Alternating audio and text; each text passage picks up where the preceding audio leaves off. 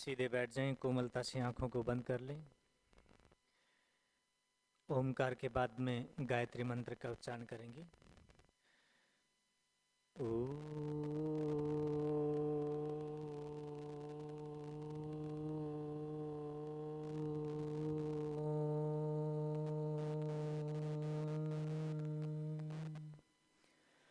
भूर्भुवः स्वः तत्सवितुर्वरेण्यं भर्गो देवस्य धीमहि धियो यो नः प्रचोदयात्। ओम श्री परमात्मने नमः।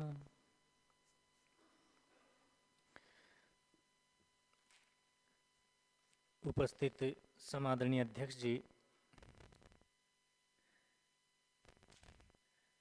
इस सभा के अंदर उपस्थित सभी पूज्य सन्यासी वृंद, पूज्य विद्वत परिषद, उपस्थित मातृशक्ति, सभी आचार्यगण, इस विषय से संबंधित वक्ताओं ने अपने अपने वक्तव्य रखे। प्रश्नोत्तर भी बहुत सारे कल हो चुके हैं। कुछ और बातें जो पूछनी हैं एक दूसरे से, तो जो अधूरी रह गई थी कल की चर्चा के अंदर, तो मैं आदरणीय आचार्य श्री भद्रकाम जी से निवेदन करूंगा, कृपया वो आगे आ जाएं और उनसे संबंधित अगर किसी को प्रश्न हो तो वो पूछ सकेंगे। कल आपसे ही चर्चा बंद हुई थी ना, आदरणीय आचार्य वेदपाल जी, जी।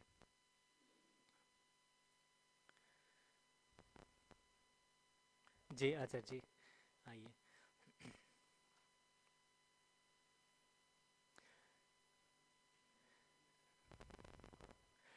तो मैं श्रद्धेय मुनि जी से आग्रह करूंगा कि वो जो पूछना चाहें पूछ सकें। सभी को अभिवादन, नमस्ते जी। आचार्य जी, आपने एक बात रखी थी कि सायंकाल का यज्ञ नहीं कर सकते हैं तो पूरी रात में कभी भी कर सकते हैं, और प्रातःकाल का यज्ञ यदि नहीं कर पाए तो संपूर्ण दिन में कर सकते हैं।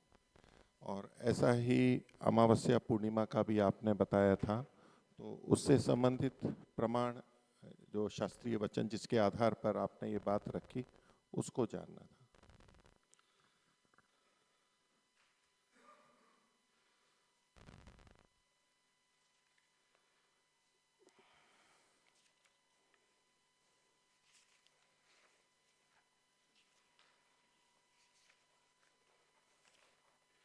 पौर्णमासी के प्रकरण में तो याद नहीं है, अभी कहीं पढ़ा था, लेकिन दैनिक अग्निहोत्र के प्रकरण में एक जगह पर टीकाकार का मिला है कुछ। अच्छा, मैं भी देख लेता हूँ, ढूंढ लेता हूँ।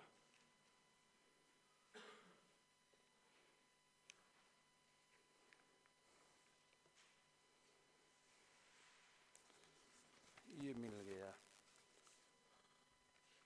ये जो आचार्य शिवनाथ जी ने जो दिया है ना पत्रक, सबके पास है, पृष्ठ संख्या 8 निकाल लीजिएगा।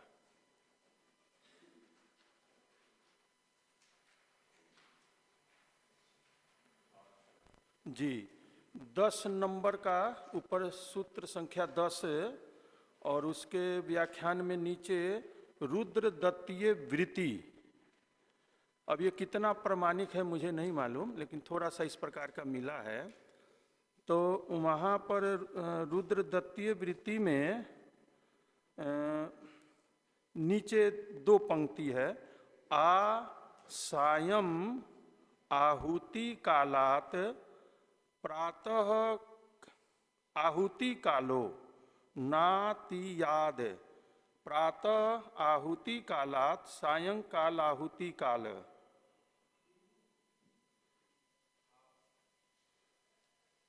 इति इसका कुछ इस प्रकार का अर्थ निकलता है कि ये इसका जो समय हुआ सायंकाल का प्रातः काल तक, प्रातः काल की आहुति से पहले पहले, और प्रातः काल की आहुति का काल सायंकाल, मतलब सायंकाल की आहुति से पहले पहले।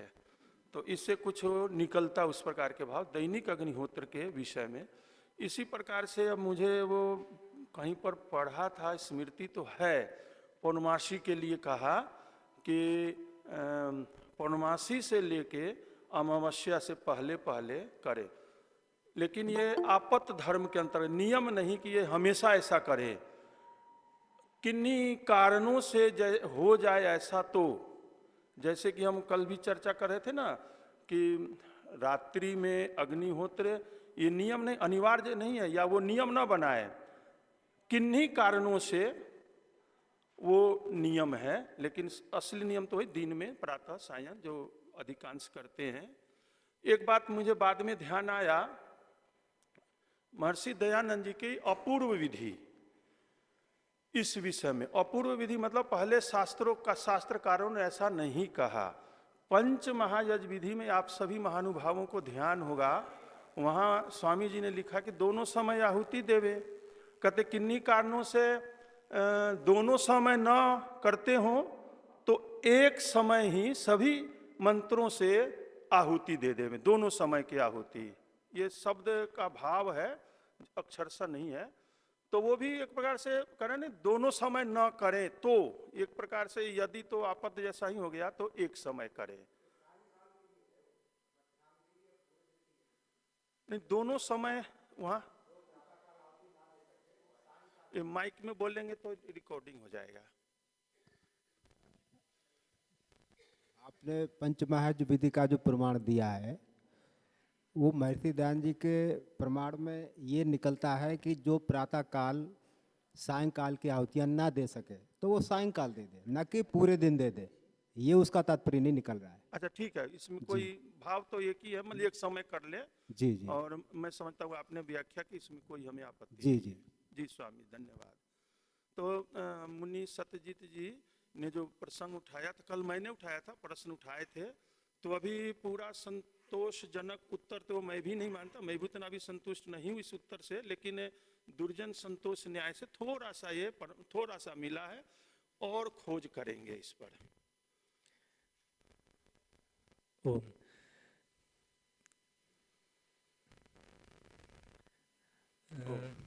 स्वामी जी। स्वामी जी, जी स्वामी जी। आपने कहा कि आरात्रि पर्यंत यज्ञ कर सकता है, फिर दिन से शाम तक यज्ञ कर सकता है, तो आपने किसी ग्रंथ का प्रमाण दिया था, रुद्रदत्त वृत्ति है शायद जी। तो उसमें महर्षि दयानंद जी का स्पष्ट प्रमाण है, और वो अथर्ववेद के मंत्रों का है, प्रातः प्रातः सोमनस दाता, और फिर उसकी दूसरी पंक्ति में सायं सायं सोमनस दाता। मतलब प्रातः प्रातः जो है वो सोमनस दाता, फिर सायं सायं सोमनस दाता। तो वहाँ समता यज्ञ का प्रकरण है, यज्ञ का प्रकरण है, तो वहाँ सुबह और शाम का ही लिखा है, आरात्रि पर्यंत या 8 दिवसों पर्यंत ऐसा मुझे नहीं लिखा है। जी इस पर सहमत, ठीक कह रहे हैं। जी आचार्य शक्तिनंदन जी, माइक।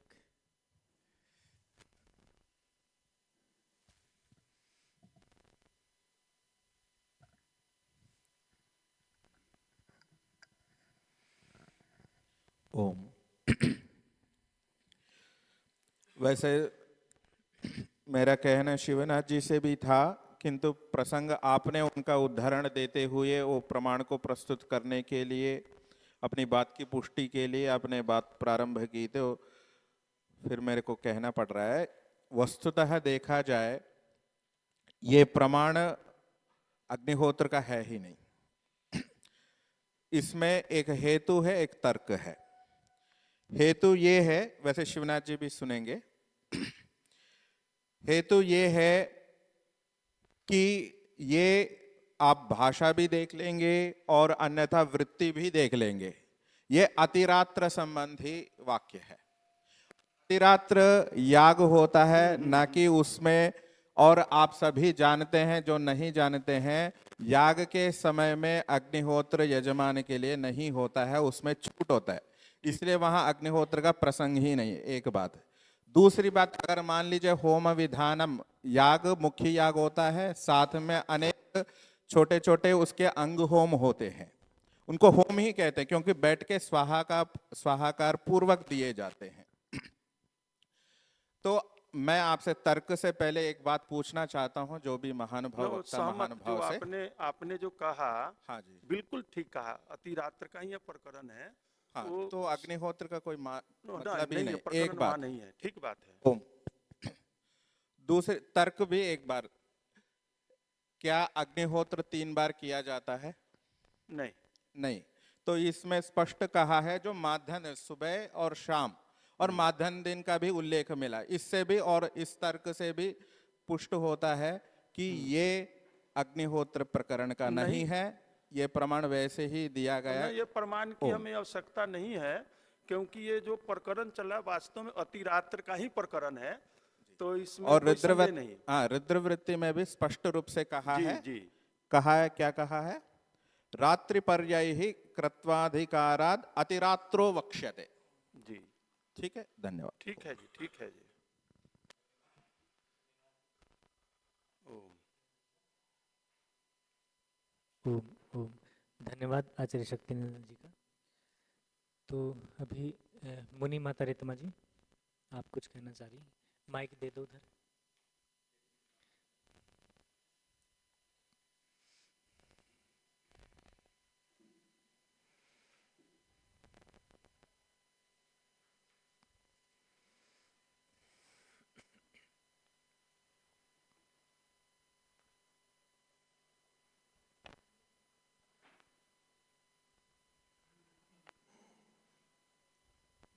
ओम।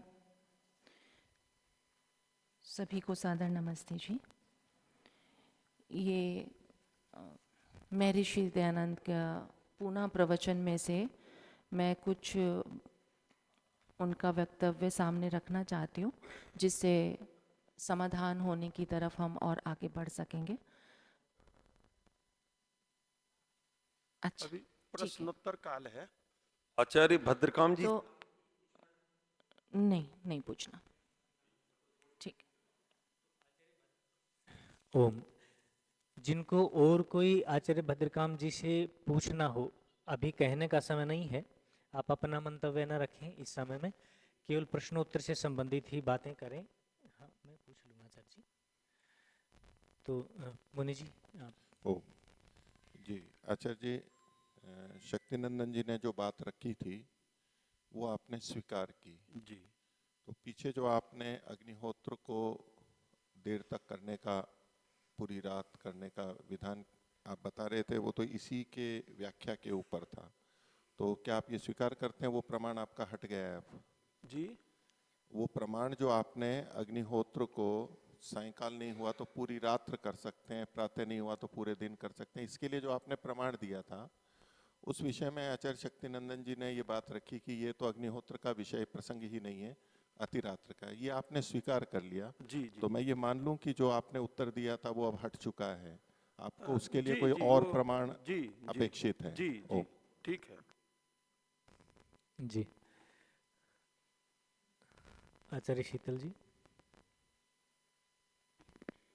मेरा नया प्रश्न अच्छा। नहीं है, कल रात को जो अंत में मैंने पूछा था, सायं, प्रातः और संध्या, ये 3 काल की व्याख्या आप किस प्रकार करते हैं? तीनों वक्ताओं से वैसे पूछा था, तो आपकी व्याख्या इसमें क्या है?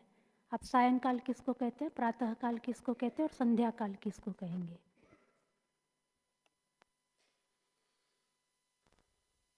संधि काल है ना, और प्रातः काल और सायंकाल, 3 बातें करें ना आप। सूर्योदय से 1 घंटा 20 मिनट पहले, जिसको उषा काल हम कहते एक प्रकार से, जब ये लालिमा छा जाए, तो उस समय से लेकर के सूर्योदय, सूर्य उदित हो जाए, वो संधि काल के रूप में उसको मानते हैं। सूर्योदय से पूर्व 1 पूर्व घंटा 20 उषा काल मिनट, से। हाँ 1 घंटा 20 मिनट से लेकर के सूर्य उदित होने के बाद का 1 घंटा, जी लगभग 2 घंटा 20 मिनट का समय है। लगभग मतलब ऐसा लगभग, माना ठीक जाए। है जी। इसी प्रकार से सायंकाल सूर्यास्त के थोड़े से पहले से मतलब संधि काल शुरू होता है, और वो भी लगभग अब 1 घंटा 20 मिनट या इतना, वो जब तक आकाश में तारे चांद न दिख जाए वो संधि काल है। और सायं सूर्यास्त से पूर्व में 1 घंटा 20 मिनट, नहीं 1 घंटा दिन बाद में। तो सूर्यास्त से पूर्व कितना थोड़ा सा ले सकते हैं, अब उसमें तो अंदाजा मोटा मोटा अंदाजे 15 मतलब ऐसा मिनट नहीं है कितना मिनट लिया जाए, इतना घंटा लिया, ऐसा नहीं है। नहीं, फिर भी कुछ चिन्ह होने चाहिए कि भाई इस ऐसा रूप में, मिला नहीं है जैसे कहीं। वो आपने कह दिया कि नक्षत्र दिखे तब तक जी। पीछे, ऐसा आरंभ कहाँ से, ऐसा कुछ जी जी आ- तो ऋषि ने उसको शब्दों में कहा कि घड़ी आध घड़ी। घड़ी आध घड़ी का मतलब हो जाएगा 24 मिनट, आध घड़ी का मतलब 12 मिनट। यदि घड़ी घड़ी जो 24 मिनट की घड़ी होती है, 24 मिनट की, तो घड़ी आध घड़ी ले सकते हैं। ठीक, ये हो गया सायं संधि काल। संधि और का पूर्व जो बताया था वो प्रातः संधि काल जी। था। अब प्रातः काल और सायं काल, जी। ये किसको कहेंगे? मध्याह्न के उत्तर जो प्रहर चालू होता है उसको सायंकाल में आ जाता है। मतलब 12 बजे से लेकर के आगे का? नहीं 12 बजे नहीं, 2-2:30 बजे के बाद में 2-2:30 बजे के बाद से लेकर के कब तक? सायंकाल, कब तक? वही संधि काल से पहले पहले। संधि काल मतलब संधि काल और सायंकाल अलग हैं, जी एक नहीं है। सायंकाल पूरा होगा फिर संधि काल शुरू होगा। जी। ऐसे ये मेरे विचार से ऐसा, इसमें हो सकता है संशोधन हो जाए। हाँ जी। और आप प्रातः संधि के बाद सूर्योदय हुआ, उसके बाद लगभग 1 आध घंटा, उसके बाद से प्रातःकाल शुरू होगा। और उसकी समाप्ति, प्रातःकाल की समाप्ति कब मानेंगे? जी प्रातःकाल की 10 समाप्ति बजे 10 बजे से 10 बजे तक। लगभग 10 है। तो अब ये बदलता इसलिए जाएगा कि सूर्योदय जो हिंदी में काल गणना है सूर्योदय के हिसाब से करते हैं, और ये सूर्योदय का काल घटता बढ़ता रहता है। एक बात और ज्योतिष के आधार पर हम बता दें, सूर्योदय कालिक जो काल गणना है उसमें 4 मिनट का अंतर पड़ता है, और सबसे शुद्धतम जो काल गणना है मध्यकालिक है। मध्य रात्रि से जो गणना होती है उसमें 4 मिनट का अंतर नहीं होता, तो उसको फिर जो अंतर होता है 4 मिनट का, उसको हम लोग फिर उस भरपाई कर लेते हैं बराबर करने के लिए। तो ये ज्योतिष का विषय, यहाँ चूंकि विषय नहीं है इसीलिए उसको ज़्यादा विस्तार से नहीं बताएंगे, कभी इस पर चर्चा होगी तो इस पर करेंगे। तो स्वामी जी ने सत्यार्थ प्रकाश चतुर्थ समोल्लास में जो कल प्रमाण आया था कि दोनों कालों में, वहाँ काल से प्रातः सायंकाल में संध्या और अग्निहोत्र करना चाहिए। तो अब वो संधि काल में नहीं, प्रातः और सायंकाल में करने का कहा है। तो आप उस पंक्ति को वहाँ पर घटाएंगे कि सूर्योदय के 1 घंटे के बाद? वो प्रातःकाल सायंकाल जो अभी तय किया वो हो गया। हम लोग अधिकांश कल से करीब 3-4 बार मैं बोल चुका हूँ, उस प्रकार से हम 98-99% लिख सकते हैं, हम कर रहे हैं, उसमें कोई आपत्ति नहीं है। हमें भी स्वीकार्य है, आपको भी स्वीकार्य है, सबको स्वीकार्य है। न हो सकता हो उस समय किन्हीं कारण आपद धर्म, तो उग डूब रहा हो तब भी कर ले। वो 4 मिनट का काल होता है, जो सूर्य उदित होता है जब से दर्शन होता है पूर्ण उदित होने में 4 मिनट का काल है। वो यदि समय उस समय करना चाहते तो वो समयाधूषित काल है, उस समय कर लीजिए। पहले करना है उस समय भी कर सकते हैं, सर्वश्रेष्ठ काल वही है संध्या काल। जी। ठीक है जी। जी ठीक है, धन्यवाद। आचार्य सत्यव्रत जी। अब आचार्य जी हाँ, वो कर रहे हैं। ओम पूज्य आचार्य जी, आपने अपने उद्बोधन में प्रस्तुतिकरण में ये बताया था भी और ही का, तो यहाँ पे ये सिद्धार्थ प्रकाश जिनका ये संपादकीय प्रतिज्ञा में है कि हम द्वितीय संस्करण के अनुसार ही हम इसमें लेखबद्ध किए हैं सिद्धार्थ प्रकाश को। तो उसमें द्वितीय संस्करण में इनके अनुसार जो है वो जो ही का प्रयोग भी है और उसके अगले वाक्य में एक प्रथम वाक्य में ही का प्रयोग है पृष्ठ संख्या 43 में। तो वहाँ पे 2 काल ही अग्निहोत्र और संध्योपासना करनी चाहिए, वो त्रिकाल संध्या के खंडन में है जी। और दूसरा जो वाक्य है उसमें जो यहाँ पे बताया गया है भी और ही में कि ये अग्निहोत्र और विद्वानों के संग संगठित होता है। संध्या और अग्निहोत्र सायं प्रातः 2 ही काल में करें, ये मतलब 2 ही काल में करने का। वहाँ पे ऐसा नहीं कि मतलब सूर्योदय या सूर्यास्त के पहले भी करें या सूर्यास्त के बाद करें, इस अर्थ में है। और दूसरा भी का भी प्रयोग है यहाँ पे, ये बताया गया है कि संध्या और अग्निहोत्र सायं प्रातः, ये यहाँ पे बताया गया कि भी का मतलब संध्या और अग्निहोत्र दोनों का भी समय वही होता है। यहाँ भी का अर्थ जो बताया गया है वो संध्या और संध्योपासना और अग्निहोत्र का बताया गया है, न कि अग्निहोत्र सूर्यास्त के पूर्व करें या सूर्यास्त के पश्चात समय करें। सूर्यास्त समय का है जी का भी समय है, नहीं ये हाँ का भी समय का है। भी समय है तो उसी के तरफ भी जो है ना जी वो पूर्व और पश्चात को विकल्प कर देता नहीं है। आचार्य जी, यहाँ भी संध्योपासना और अग्निहोत्र को सूचित करता है। जी मतलब सूर्यास्त पूर्व और सूर्यास्त बाद का नहीं, यानी अग्निहोत्र भी उसी समय होता है और संध्योपासना भी उसी काल ना, में उसके किया। लिए भी नहीं है। ये यहाँ पे आप देख लीजिएगा, एक बार मैं देख दिखा लेता दूंगा हूँ। जी। और धन्यवाद। और जो दूसरी वो बोल दीजिए। मैं बोल रहा जी, हाँ, यथा सूर्योदय के पश्चात और सूर्यास्त के पूर्व अग्निहोत्र का भी समय है। अग्निहोत्र का करने भी का, अग्निहोत्र नहीं, करने का भी समय है। ऊपर ये लिखे हैं कि योगी लोग परमात्मा का ध्यान करते हैं, वैसे ही संध्योपासना भी करें। यथा सूर्योदय के पश्चात और सूर्यास्त के पूर्व अग्निहोत्र करने का भी समय है। तो जो प्रकरण आ रहा है संध्योपासना के बाद तुरंत अग्निहोत्र का आ रहा है, तो अग्निहोत्र भी करने का समय वही है और संध्योपासना करने का भी समय वही है, ये सूचित ध्वनित होता है मुख्य अर्थ में। एक बार विचार कर लिया जाएगा।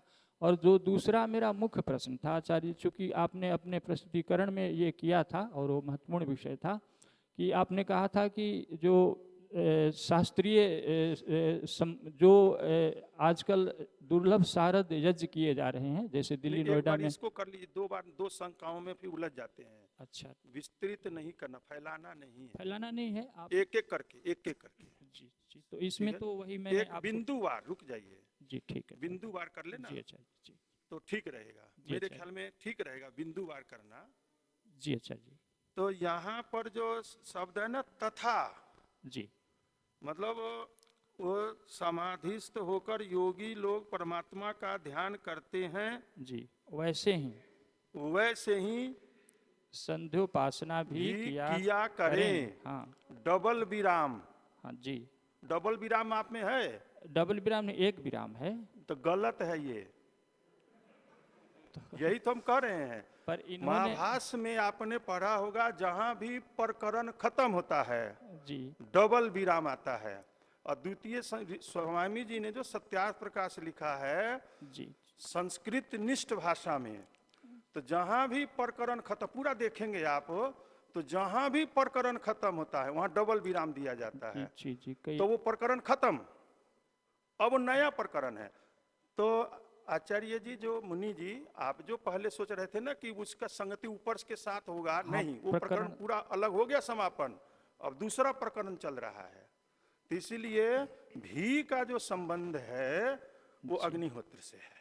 पर इस समझ में आया कि नहीं आया? जी आपके अनुसार आ गया। वो आप में डबल विराम न होने की वजह से संदेह हो रहा जी है। जी जी मुनि जी, द्वितीय संस्करण को देख, हमने उसी के अनुसार छापा है। जी मुनि जी, जहाँ डबल विराम वहाँ डबल विराम, जहाँ सिंगल विराम वहाँ सिंगल विराम।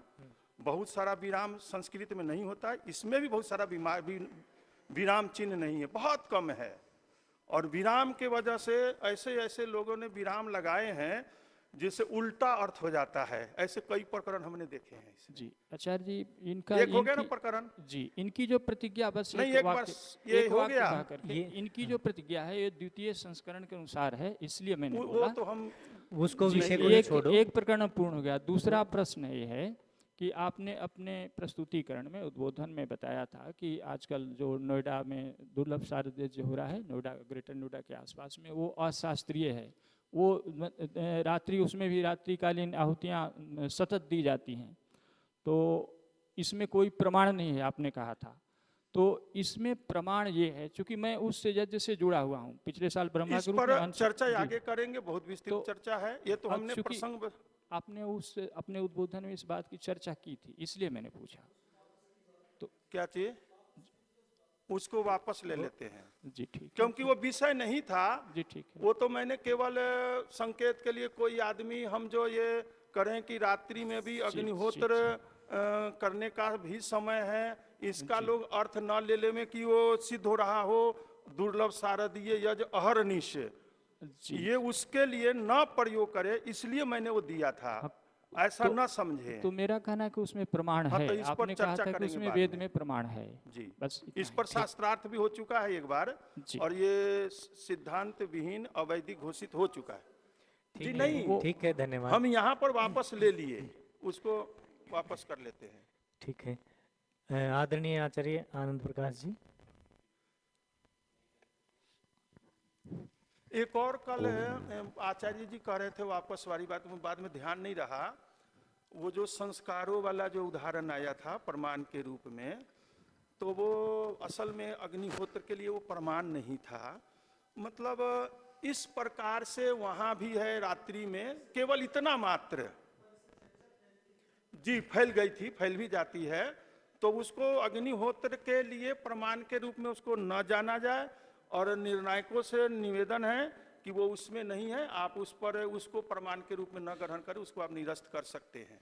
केवल इस प्रकार का, जैसे अग्निहोत्र के लिए रात में है, वैसे संस्कारों में भी हवन रात में होता है, वो केवल क्या कह सकते हैं, प्रसंगवशात वो उस प्रकार के है। जी आप कह रहे थे जी, सूर्योदय से 1 घंटा 20 मिनट पहले मुहूर्त प्रातःकाल हो जाता है। प्रातः नहीं, सूर्योदय से संधि, संधि वो भी 1 संधि घंटा काल हो 20, जाता है। पक्का नहीं, हाँ ठीक है, पक्का नहीं। हाँ 1 घंटा 20 मिनट पहले से आरंभ हो जाता है संधि काल। तो ये क्योंकि आप सार्वदेशिक के धर्मारी सभा में भी हैं क्या आप सार्वदेशिक के धर्मारी सभा में हैं? अभी तो 20 साल के बाद में चुनाव नहीं हुआ है, 20 साल में वैसे ही चल रहा है, तो तो इसलिए आपका- मैं अभी हैं या नहीं हाँ। है मुझे भी नहीं मालूम। तो आप जो ये बता रहे हैं, ये केवल भारत के लिए है या सार्वदेशिक होने से सारी दुनिया के लिए है? 1 घंटा 20 मिनट का जी 1 घंटा 20 मिनट पहले का जो आचार्य जी, 1 घंटा 20 मिनट को मैं निरस्त कर दिया था कि इतना ही नहीं, इसके बारे में पूरी जानकारी नहीं है, इतना ही समय होगा, और पूरे विश्व में तो ये नहीं हो सकता, पूरे अलग अलग भी हो सकता है, कहीं पर तो केवल दिने दिन है, कई महीनों तक दिन है, वहां थोड़ा ही घटेगा ये। ठीक है, तो कहीं पर रात्रि रात्रि है। संक्षिप्त उत्तर चाहिए। जी जी, बहुत सूक्ष्मता से इसको न लिया हाँ, जाए। तो एक वो पूछना था कि आप कह रहे थे, मैं जब भी पूछते हैं दूसरे संस्करण का आपके पास है और उसका पांडुलिपि है और साथ ही साथ उसका जो प्रकाशन की है वो प्रेस कॉपी भी है, तो क्या उसके पास आपकी PDF है, फोन में रखें तो तत्काल दिखा सकते हैं आप? PDF बन जाएगा, बन जाएगा नहीं, इतने दिन आप संस्कार विधि का तो कोई तैयार भी हो गया। पूछता है तो आप यही कहते हैं कि वहाँ मैं देखूंगा, हर बार में देखेंगे तो आपको PDF आजकल तो बहुत सरल है, आसान काम है, सबका PDF जीरोक्स स्कैन बना करवा के देंगे। रख सकते हैं अपनी पॉकेट में, ठीक है, कभी भी किसी को दिखा सकते हैं, जब भी अवसर आता है तो देखेंगे मिलान करेंगे, वो बात चली जाती है। फिर अग्रिम योजना वही है, संस्कार विधि का भी पिछले दिनों PDF तैयार करवा दिया है, द्वितीय संस्करण का, और किसी महानुभाव से कहा है त्यार प्रकाश के दूसरे संस्करण का भी PDF बना दे, हो सकता 10-20 दिन में वो बनकर आ जाएगा और मैं समूह में डाल दूंगा। संस्कार विधि का भी संस्कार विधि तभी डाल दूंगा और सत्यार प्रकाश वाला मैं समूह में डाल दूंगा जैसे ही तैयार हो जाएगा। और सुंदर सुझाव के लिए आचार्य जी का बहुत बहुत धन्यवाद है। आचार्य जी धन्यवाद यहाँ आचार्य जी। ठीक है। और कोई अब पूछना चाहते हो स्वामी तो कृपया। ऋतस्पति जी कुछ पूछना चाह रहे थे, कृपया माइक दे दीजिए।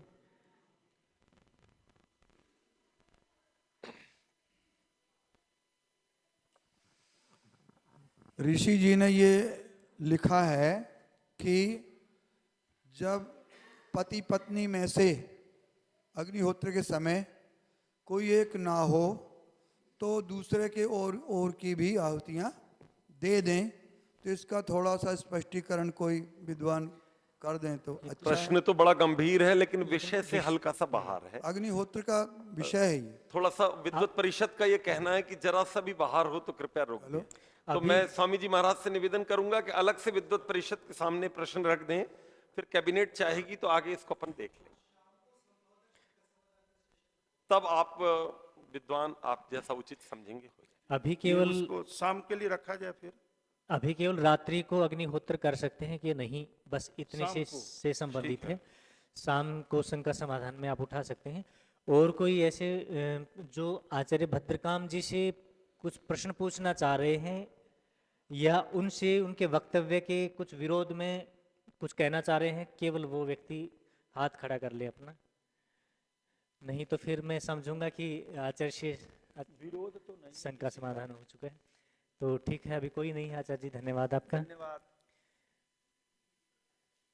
तो अब मैं समझता हूँ कि ये हमारा शंका समाधान से संबंधित जो जिनकी जिज्ञासाएं थी, प्रश्नोत्तर करने थे, वो संभवतः पूरे हो गए होंगे। अब निर्णय का अवसर है इस विषय से संबंधित। वक्तव्य रह गए ना। ठीक है, ठीक है। तो श्रोताओं के वक्तव्य इस विषय से संबंधित पूछ जो लीजिए भी कितने हैं, व्यक्ति हैं कुल। आप कौन कौन हैं जो वही तो मैं आप कह रहा हूँ एक कितने साथ व्यक्ति हाथ खड़ा कर लें। 1 2 3 4 5 आप भी हैं क्या? 5 व्यक्ति हैं। और कोई महानुभाव हो तो बता दीजिए, उस हिसाब से समय का बंटवारा किया जाएगा। ठीक है, तो करवाइए। आचार्य ज्ञानेंद्र जी, आप आ जाएं।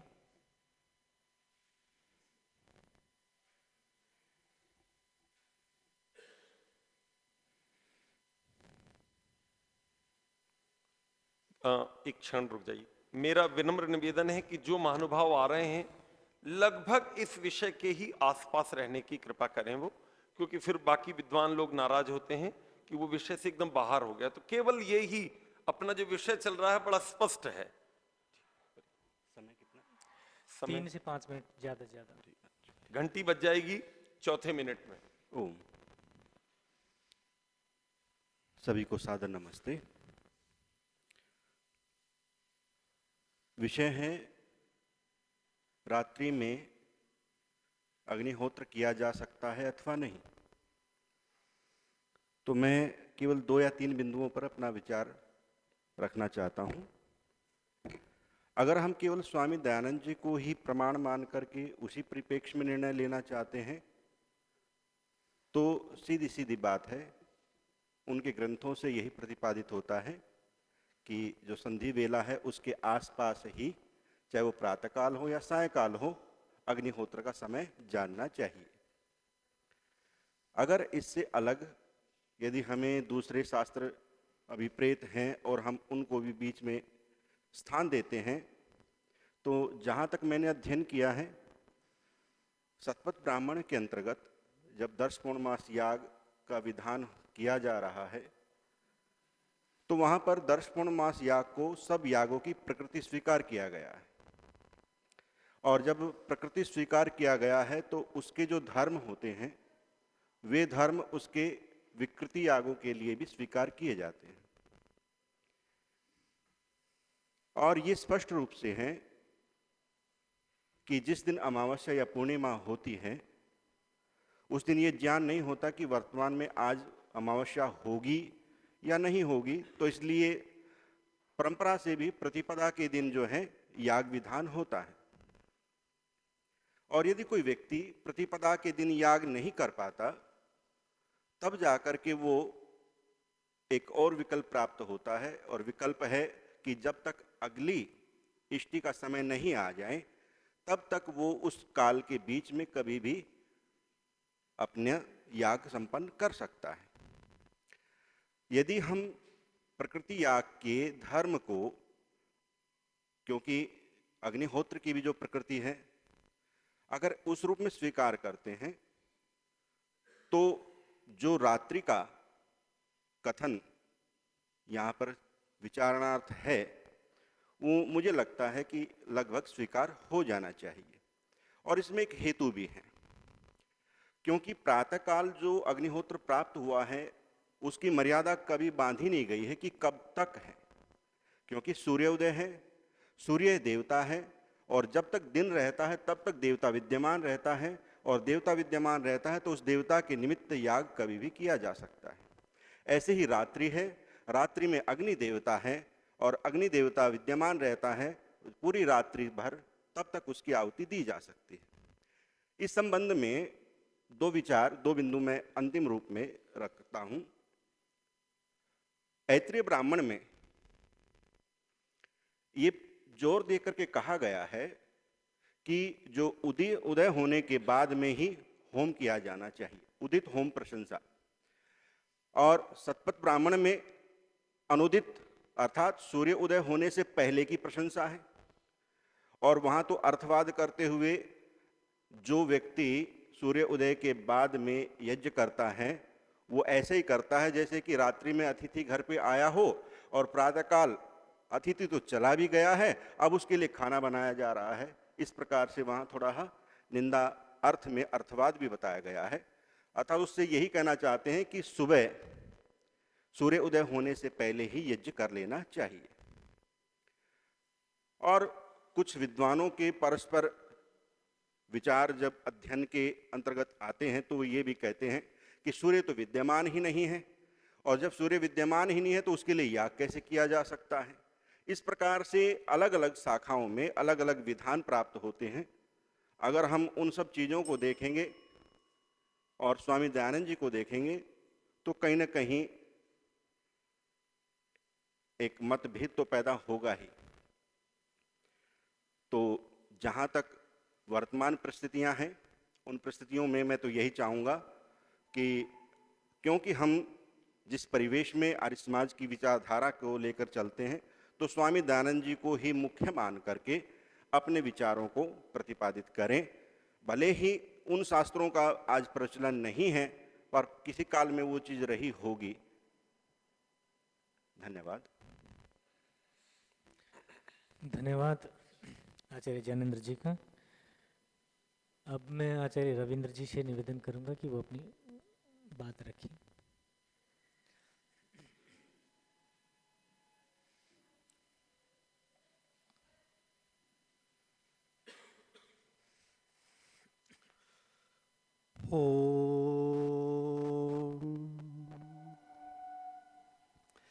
तीन विषय रखना चाह रहा था। सबसे पहले एक छोटा सा संकेत, भारत से बाहर और देशों में विशेषकर यूरोप और जो नॉर्थर्न देशों में जहाँ बहुत लंबे दिन रात होते वहाँ कैसे किया, तो उनके लिए मैं एक मनुस्मृति का श्लोक संकेत करना चाहता हूँ।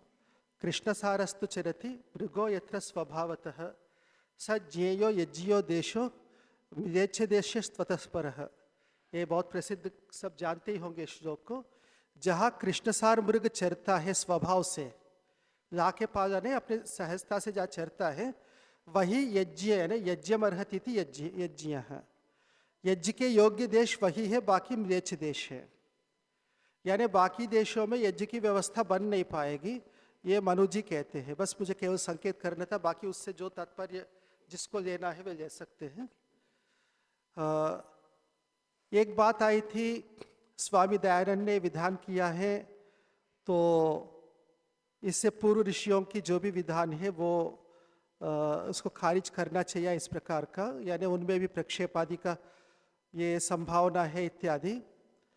तो स्वामी दयानंद के जितने भी ग्रंथ हैं, स्वामी जी ने बोला होगा, वहाँ से लेके छपकर हमारे तक आने के बीच में जो कड़ियाँ थी, चाहे वो लेखक हो, संशोधक हो अथवा मुद्रण करने वाले हो, इनमें से कोई भी आप्त पुरुष नहीं था। स्वामी जी आप्त पुरुष थे।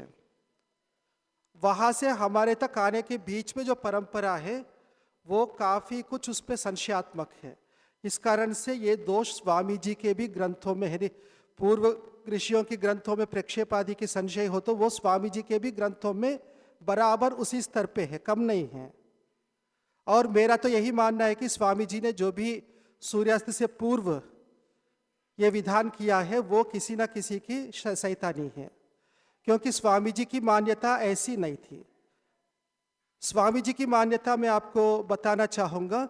आप यजुर्वेद के 3 अध्याय यदि देखेंगे, अग्नि ज्योतिरग्नि स्वाहा इत्यादि जो मंत्र है, उस मंत्र के अंत, व्याख्या के अंत में, संस्कृत की जो व्याख्या है उसके अंत में अयम मंत्र शतपथे व्याख्यातः, लगभग सभी मंत्रों के साथ स्वामी जी ये लिखते हैं और शतपथ में जहाँ व्याख्यान की है वो पता भी लिखते हैं।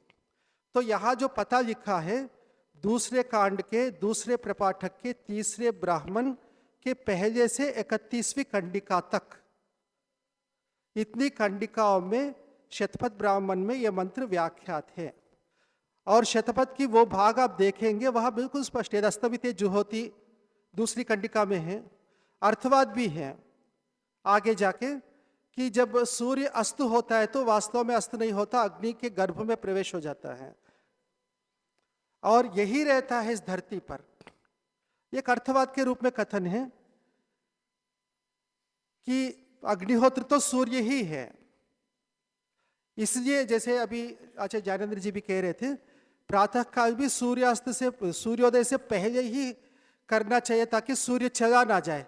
सूर्य के यहाँ रहते रहते अग्निहोत्र करना चाहिए, वह अर्थवाद। पर शाम के विषय में जितने भी प्राचीन ग्रंथ उपलब्ध होते, ठीक है सूत्र ग्रंथ आप उदाहरण वो गलत हो सकता है, पिछले बार सम्मेलन में मैंने अनेक संहिताओं में ब्राह्मणों में जो उद्धरण है अस्तम के बाद, सूर्यास्त के बाद, अब रात्रि शब्द जो क्योंकि जोड़ा है, मैं तो नहीं कहता रात्रि, पर सूर्यास्त के बाद ये तो बिल्कुल स्पष्ट, इसमें कोई मतभेद नहीं। उदय में भले मतभेद हो सकता है। मैं 1-2 मिनट और देना चाहूँगा एक विशेष उदाहरण। कल सानंद जी ने कुछ वो बात रखी थी कि रामायण महाभारत में कोई उदाहरण है क्या। मैं बहुत संक्षेप से बताऊंगा। महाभारत रामायण में क्योंकि जो युद्ध था आर्य और अनार्यों के, राक्षसों के बीच में था, तो वो मैं उसको लूंगा नहीं। महाभारत का जो युद्ध था 2 आर्यों के बीच में था, यहाँ भी आर्य थे वहाँ भी आर्य थे और सारे के सारे धर्मनिष्ठ थे। और एक उदाहरण में बता दूं, एक सुशर्मा राजा था जो अर्जुन को ले गया था, अभिमन्यु वध के समय अर्जुन को योजना थी कि अर्जुन को दूर ले जाए, तो वो काम सुशर्मा को दिया था। सुशर्मा प्रातःकाल उठने के बाद अपनी मुख्य दिनचर्या करके बस इस मानसिकता से अपना जो धार्मिक कृत्य है वो किया कि अब तो अर्जुन से युद्ध है, वापस आऊंगा नहीं पता, जितना पुण्य कर सकूं अभी करूं ताकि अगले जन्म में काम आएगा। खूब हवन किया, ब्राह्मणों को खूब दक्षिणा दी, और ये बात सभी राजाओं के साथ, यानी युधिष्ठिर के विषय में भी, यज्ञ किया, ब्राह्मणों को दक्षिणा दी, इसके बाद युद्ध के लिए चला गया। युद्ध के समय कोई भी यज्ञ नहीं छोड़ते थे। ऐसे राजाओं का युद्ध और इस युद्ध के नियम जो निर्णय होते हैं, सभी मुख्य लोग, युधिष्ठिर भी था, कृष्ण भी था, वहाँ धृष्टद्युम्न और भीष्म के बीच में जो नियम होते हैं उसमें नियम यह है सूर्यास्त तक युद्ध होगा, सूर्यास्त के बाद युद्ध नहीं होगा। यदि सूर्यास्त से पहले हवन करना था तो नियम वो नहीं बनता। ये सूर्यास्त तक युद्ध का नियम का मतलब ही है कि आगे जो कर्मकांड है, संध्या हवन, वो सूर्यास्त के बाद ही होंगे। तो ये मुझे संकेत करना था। ओम। धन्यवाद आचार्य रविंद्र जी का। मुनि माता रितमा जी।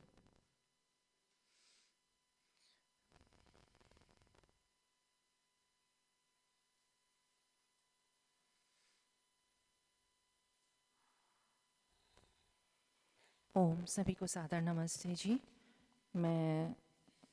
मैं ऋषि दयानंद जी को ही प्रमाण मानते हुए उनके लिखी हुई पुस्तक और जो उनका भाग है उसी को मानते हुए मैं कुछ बातें सामने रख रही हूँ। इसमें हमारे प्रोफेसर शत्रुंजय जी के लिए जो संध्योपासना का समय निर्धारित किया गया था उस पर भी थोड़ी सी बात करूँगी। ये है पूना प्रवचन। इसमें कुछ स्पष्ट पंक्तियाँ हैं, इसको आप प्रक्षिप्त मान लें, जैसा भी माने, पर ये पंक्ति मिल रही है, मैं वो बस सामने रख रही हूँ। महर्षि इसमें कह रहे हैं कि होम दो प्रकार के हैं। तो सबसे पहले तो याग और होम, अग्निहोत्र की बात हो रही है इसलिए उसको याग से मिलाएं ना, कि याग में क्या हो सकता है। जी मैं बताती हूँ। पृष्ठ संख्या 56 पर तीसरा पैराग्राफ है जिसमें उन्होंने लिखा है होम दो प्रकार के हैं, एक राजधर्म संबंधी और दूसरा सामाजिक। इसमें से बस इतनी ही पंक्ति मेरे को बतानी थी। बाकी 7वां प्रवचन है 51 पृष्ठ पर, आप देखें। 7वां प्रवचन 51 पृष्ठ है। तो 56 पे उन्होंने ये बताया कि होम दो प्रकार के होते हैं। 51 पे मैं आपका दृष्टि इस बात पे डालना चाहती हूँ कि होम की बात हो रही है, अग्निहोत्र की बात हो रही है। इसमें यहाँ वो कहते हैं, सबसे नीचे वाला पैराग्राफ हम पढ़ सकते हैं। समय को लेकर यहाँ पे पंक्ति में बता रही हूँ कि पहले आर्य लोगों का ऐसा सामाजिक नियम था। तो होम एक सामाजिक नियम बताया उन्होंने। प्रत्येक पुरुष प्रातःकाल स्नान कर 12 आहुति देता था, क्योंकि इसका कारण भी वहाँ पे बता रहे हैं। प्रातः काल में जो मलमूत्र आदि की दुर्गंधि उत्पन्न होती थी वो इस प्रातः काल के हवन से दूर होती थी। तो इससे अनुमान लगाया जा सकता है। इसी तरह सायंकाल में हवन करने से दिन भर की जमी हुई जो दुर्गंधि उसका नाश होकर रात भर वायु निर्मल और शुद्ध चलती थी। प्राचीन आर्य लोग बड़े बुद्धिमान थे, इसमें किंचित भी संदेह नहीं है। और फिर आगे लिखा है कि अमावस्या और पूर्णमासी के दिन समस्त भरतखंड में होम होता था।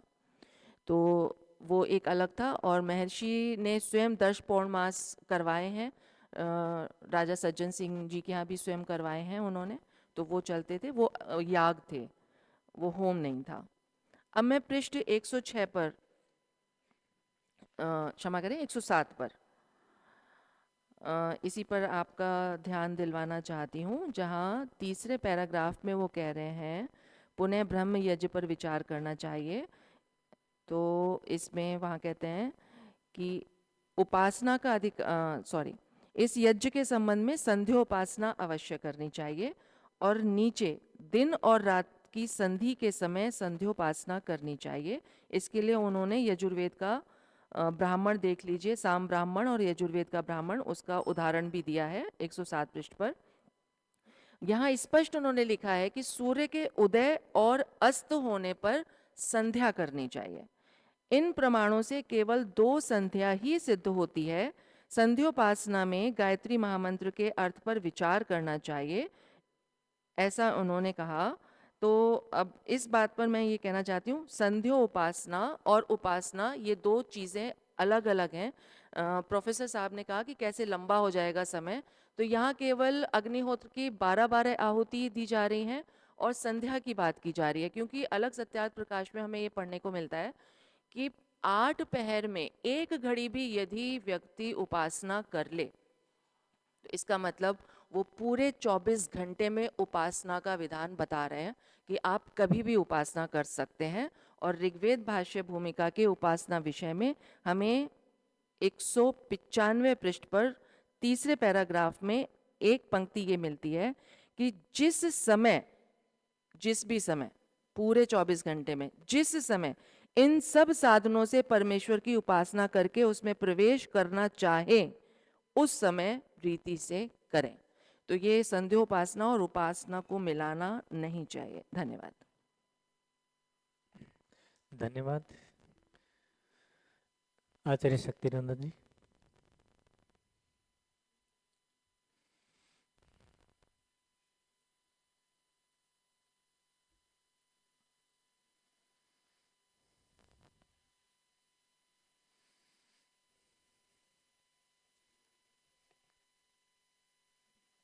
ओम।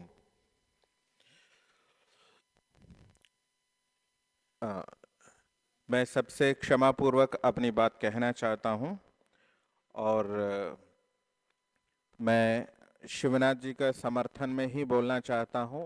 रात्रि काल में अग्निहोत्र कर सकते हैं या नहीं, इस प्रसंग में अपने पूर्व कथन से थोड़ा विपरीत मैं बोल रहा हूं। ये अग्निहोत्र विधि में ही पढ़ा है और जो इन्होंने प्रमाण के रूप में आपस्तंभ का उदाहरण दिया है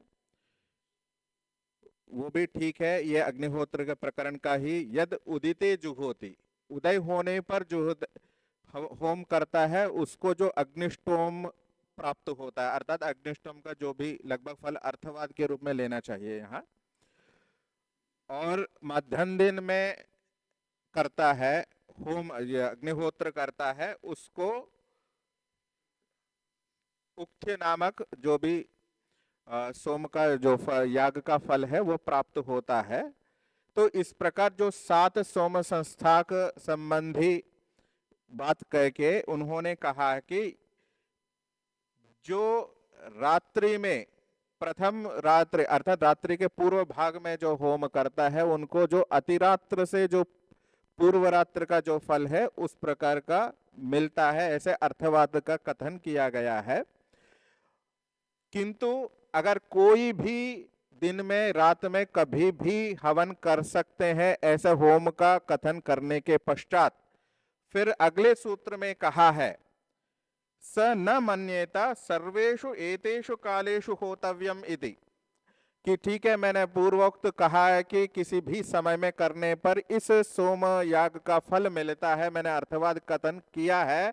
किंतु इस कथन से कोई ये ना लेवे, यजमान ये ना लेवे किसी भी काल में सभी कालों में मैं होम अग्निहोत्र कर सकता हूं, ये विशेष परिस्थिति वशात ही विधान है। तो होतव्य आपदि हुतम इत्येव प्रतीयात, अंत में अपना उपसंहार रूप कंक्लूजन दिया उन्होंने। किसी आपातकाल में अत्यावश्यक परिस्थिति में ही इस प्रकार का अग्निहोत्र का विधान है, किसी भी काल में। वस्तुतः सभी ऋषियों ने कहा है प्रातः सायं के ही अग्निहोत्र का विधान है, ये मेरा कहना है।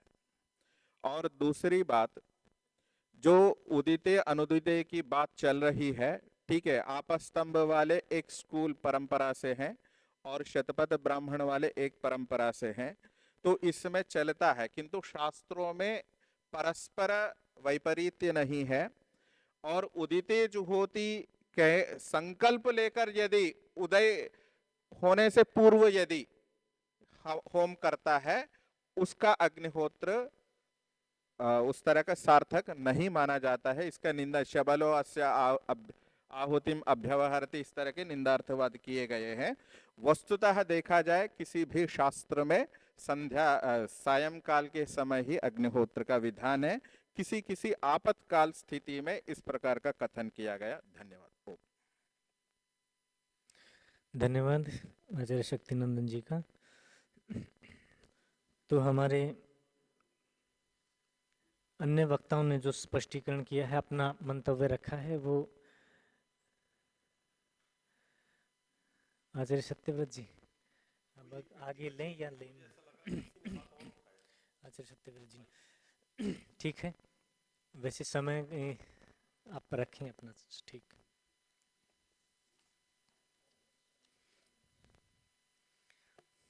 सभी को सादर नमस्ते। मुझे विशेष रूप से ये 2 बातें कहनी थी। प्रथम बात कि स्वयं महर्षि देव दयानंद ने सत्यार्थ प्रकाश में जो तृतीय समोल्लास है वहाँ पे पृष्ठ संख्या 43 इस आर्ष प्रचार साहित्य ट्रस्ट पुस्तक के अनुसार वहाँ पे उन्होंने विधान दिया है। आचार्य जी थोड़ा सा पीछे, थोड़ा सा माइक से पीछे। सूर्यास्त के पूर्व सायंकालीन अग्निहोत्र करने का। और पृष्ठ संख्या 85 सत्यार्थ प्रकाश चतुर्थ समोल्लास में महर्षि ने दिया है सूर्यास्त के बाद अग्निहोत्र करने का समय।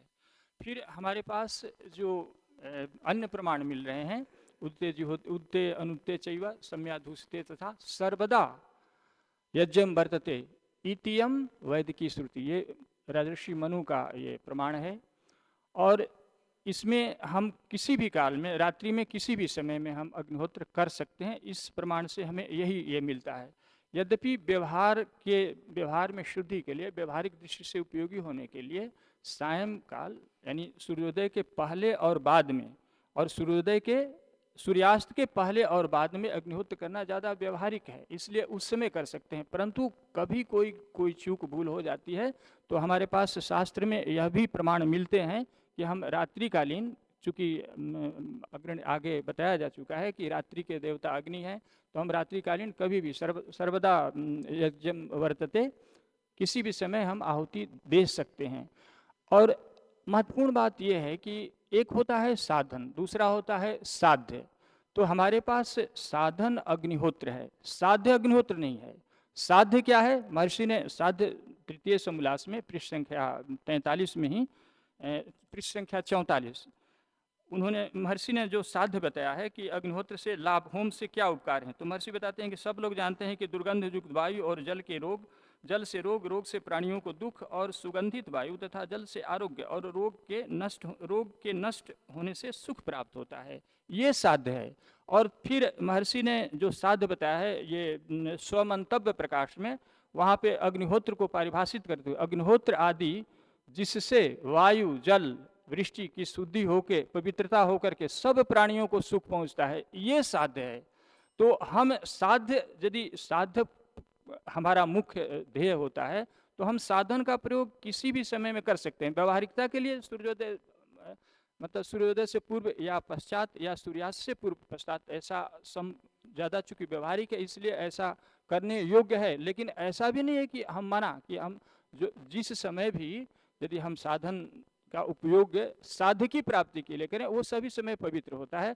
और इसके अतिरिक्त महर्षि ने जो यज्ञ आदि वेद मंत्रों से आहुतियों को भी लाभ बताए हैं, ये भी साध्य है कि जिससे वेद मंत्र कंठस्थीकरण होते हैं, होम के लाभ मालूम होते हैं वेद मंत्रों के द्वारा जो आहुति दी जाती है। तो मेरा यही विनम्र निवेदन है कि हम साध्य पे ध्यान रखें और अन्य प्रमाणों को भी किसी में रूढ़ ना होकर के, कि हाँ, क्योंकि महर्षि ने भी 2 प्रमाण दिए हैं तृतीय समोल्लास में। ओम एक शब्द जो है त्रुटिपूर्ण बोला जा रहा है, मैं इसलिए बोल रहा हूँ। आप अच्छा, नहीं, धन्यवाद आचार्य जी का। अब वक्ताओं का हमारा जो अन्य वक्ता है उनका क्रम पूरा हुआ।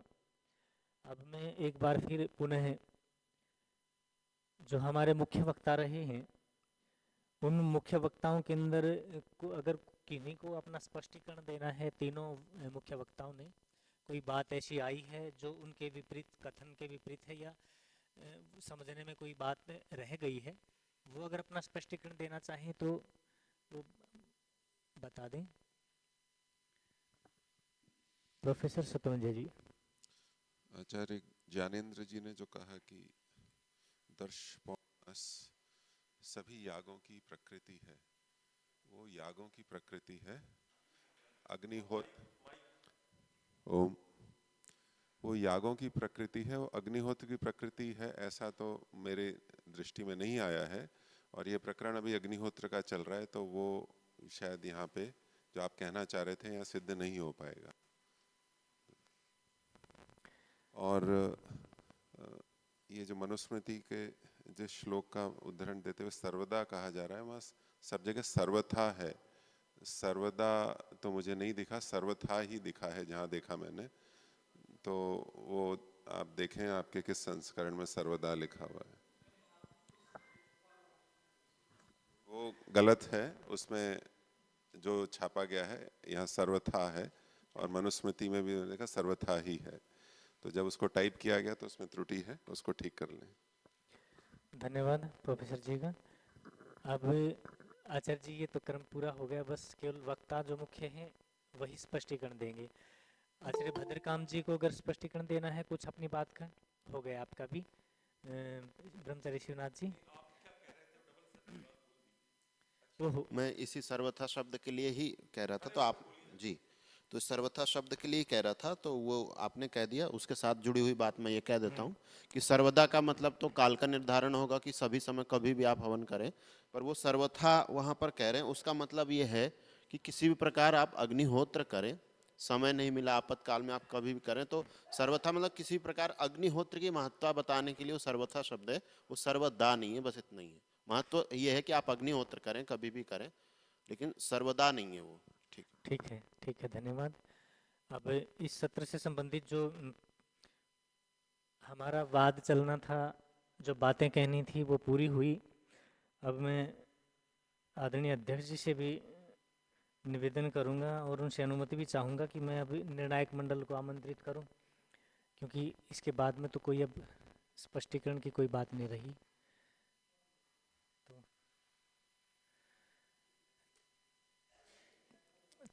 तो निर्णायक मंडल अभी निर्णय देगा? आदरणीय सचिव जी। अच्छा, हाँ, ये बात ठीक है।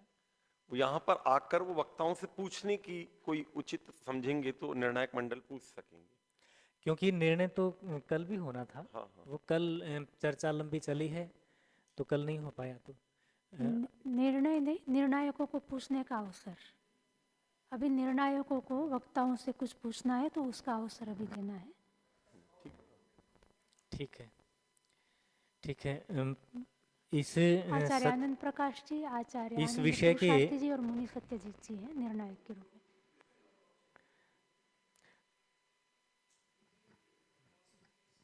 आचार्य जी, मैं कुछ कहूँ?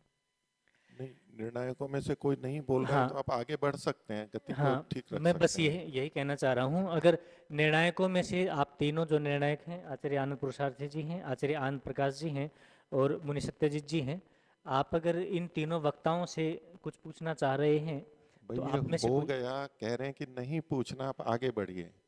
उसी जी। को क्यों बार बार आवृत करके बहुत समय धीमी गति से करते हैं संचालन? तो आगे तो फिर निर्णय का क्रम है। निर्णय अभी नहीं होगा। निर्णय तो अलग से कैबिनेट बैठेगी तब होगा। अभी तो वो कह रहे हैं इसको समाप्त कर दीजिए, ऐसा निवेदन आया। हाँ, ठीक है, इस सत्र को यहीं विराम देते हैं। इसके निर्णय के लिए इंतजार करेंगे, जो निर्णय होगा।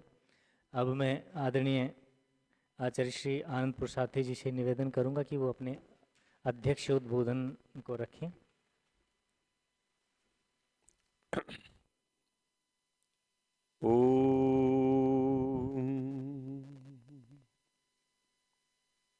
पूज्य सन्यासी वृंद,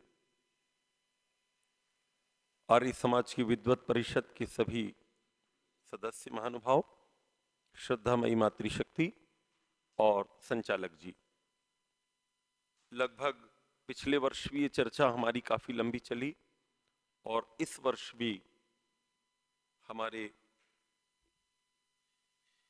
आचार्य शिवनाथ जी ने, प्रोफेसर शत्रुंजय जी ने और आचार्य भद्रकाम जी ने विस्तार पूर्वक अपनी बातों को रखा। इतना जरूर इसमें रहा कि आचार्य भद्रकाम जी के जो प्रमाण थे वो मुद्रित रूप में हमारे सामने नहीं आए थे। इससे थोड़ी सी वो रहती कि एक बार सब विद्वान उसको देख लेते हैं तो वो, हाँ नहीं, वो तो अभी डाला ना। मंत्री जी ने मुझे कल कहा था कि जैसे कोई एक तारीख दे दी गई थी कि भाई इसके पहले अपने अपने वक्ता जितने भी हैं वो थोड़ा सा दे दें तो मंत्री जी को और उनके पूरे साथियों को सहयोग हो जाता है। तो उस आधार पर जो हमारे अन्य विद्वान है वो भी विचार करके आ पाते कि भाई ये चीज उस विद्वान ने ऐसी कही है। तो खैर आपकी उस समय व्यस्तता रही होगी या जो भी रही होगी, तो पुनरअपि मैं आप तीनों वक्ताओं का धन्यवाद करता हूं। और मैं इसके बाद धन्यवाद करता हूं जिन लोगों ने वक्ताओं से चर्चा की, उनके प्रति अपने प्रश्न उठाए, उनका और ज्यादा धन्यवाद होता है, क्योंकि जब वो प्रश्न उठाते हैं तो वक्ता को एक सोचने का मौका मिलता है, विचारने का मौका मिलता है कि मेरा प्रमाण कहीं कुछ कम ज्यादा तो नहीं हो गया है। फिर इसके अतिरिक्त कुछ महानुभावों ने अलग से भी अपना वक्तव्य दिया, मैं उनका भी धन्यवाद करता हूं। एक दो छोटी बातें मैं आपकी सेवा में रखने का प्रयास करता हूं। मैं जब दर्शन योग महाविद्यालय में आचार्य ज्ञानेश्वर जी के सानिध्य में पढ़ा करता था, एक बार उन्होंने कहा था कि व्यक्ति को हवन कभी भी कर लेना चाहिए जब उसकी परिस्थिति हो। यद्यपि बहुत सारे विद्वान इसको कम अच्छा मानते हैं। तो एक बार रात के 12 बजे आचार्य जी ने हवन किया अपने कमरे में, बड़े आचार्य जी ने। यद्यपि मैं व्यक्तिगत रूप से इसको कम अच्छा मानता हूं, लेकिन उनका कहना था कि नहीं, यज्ञ तो जैसे संध्या, ईश्वर का प्रणिधान का मन हो, रात के 2 बजे व्यक्ति उठ गया तो उसने अपनी संध्या में बैठ गया, उसको आनंद आने लगा। एक व्यक्ति दोपहर में 2 बजे बैठ गया। लेकिन कुछ विद्वानों का कहना है कि नहीं जी, उस प्रोटोकॉल को नहीं तोड़ना चाहिए जो एक व्यवस्था दी गई है, डेकोरम जिसको आप कहते हैं कि भाई एक समय इतने बजे ये हो, जब हम संस्था से जुड़े हैं तो हमें इनका पालन करना चाहिए। दूसरी बात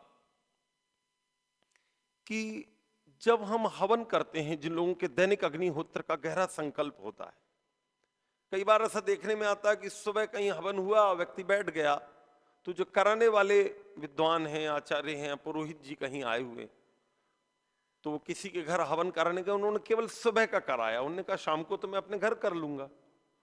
लेकिन वो जो बाकी पब्लिक के लोग आए, उनका शाम का यज्ञ तो हो ही नहीं पाया, उसको कब करेगा वो?